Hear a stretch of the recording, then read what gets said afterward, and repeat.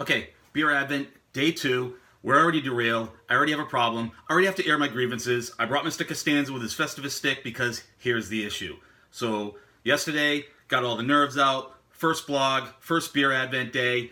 Get it out there. Have our Rheinquist beer, Dad. See, I'm all flustered already. Here's what happens. My little brother, who lives out in Podunk, Illinois, out there in the Midwest, comes out and does a parody of my video with his beer and calls us a bunch of names. Here's the thing. I love my brother. He's a good-looking guy, of course. He looks like me with hair.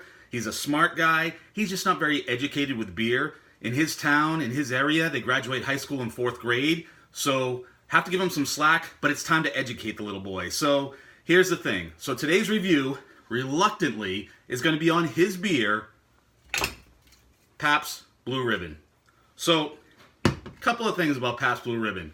So first of all, the name came from an argument between Mr. Pabst, or whoever owned it, I don't even remember the guy's name, and Augustus Busch, who owned Anheuser-Busch, way back in the late 1800s. They were fighting back and forth, who had the best beer, and then what happened was, in the World's Fair in 1893, these two guys and a whole bunch of other brewers went to what they thought was going to be a judging of the beers, and it wasn't millennial age, so what happened was nobody won. There was no award given out. So Augustus Busch said, "Well, we had more people at our setup, so we're going to name ourselves the King of Beers." And then Mr. Pabst says, "No, it can't be that way." Slaps a blue ribbon around his beer, says, "We're the Blue Ribbon winner." Now you got the King of Beers, self-titled. Now you got the self-titled Pabst Blue Ribbon. Nobody's really good. All that beer's no good. So here's what we're going to do today. We're going to do our our beer review on Pabst Blue Ribbon beer. Got to settle down. I'm all fired up. Rafi, you did this on purpose. I know you did. So here's what we're going to do.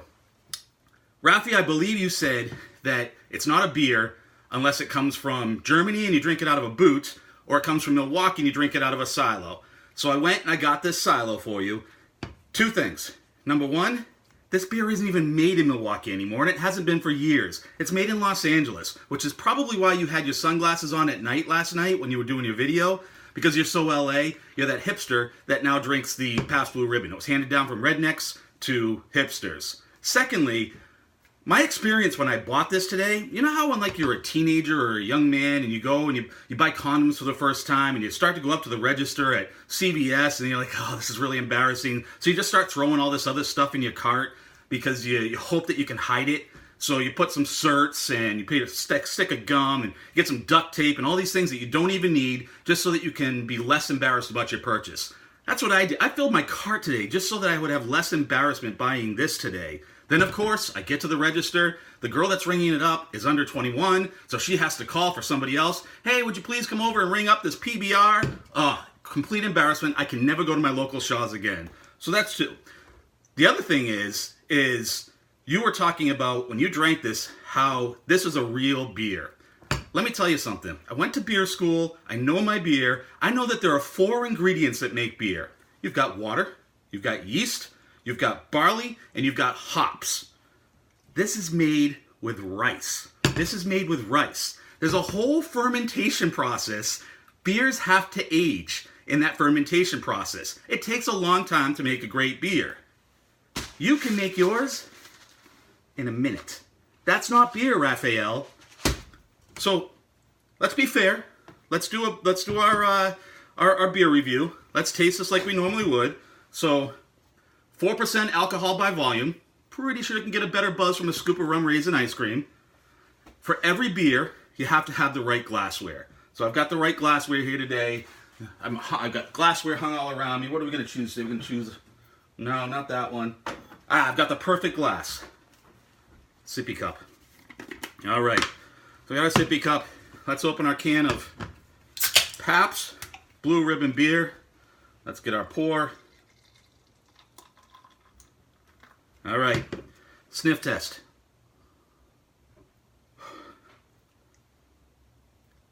Smells of urinal cake and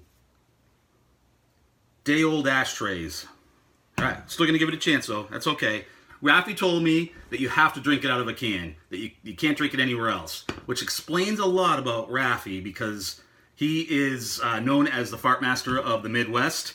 And if you drink beer straight out of a can or a bottle, you don't let the CO2 out. That CO2 ends up in here, and that's when it comes out. So, okay, here we go.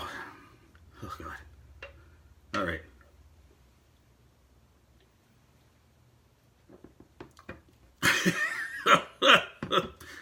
Okay. Fireworks is not what it tastes like, Raph. Oh boy, I don't even think I could go in a second. I was going to feed this to my dog, but when he saw me and heard me open this can, he just actually ran out of the room.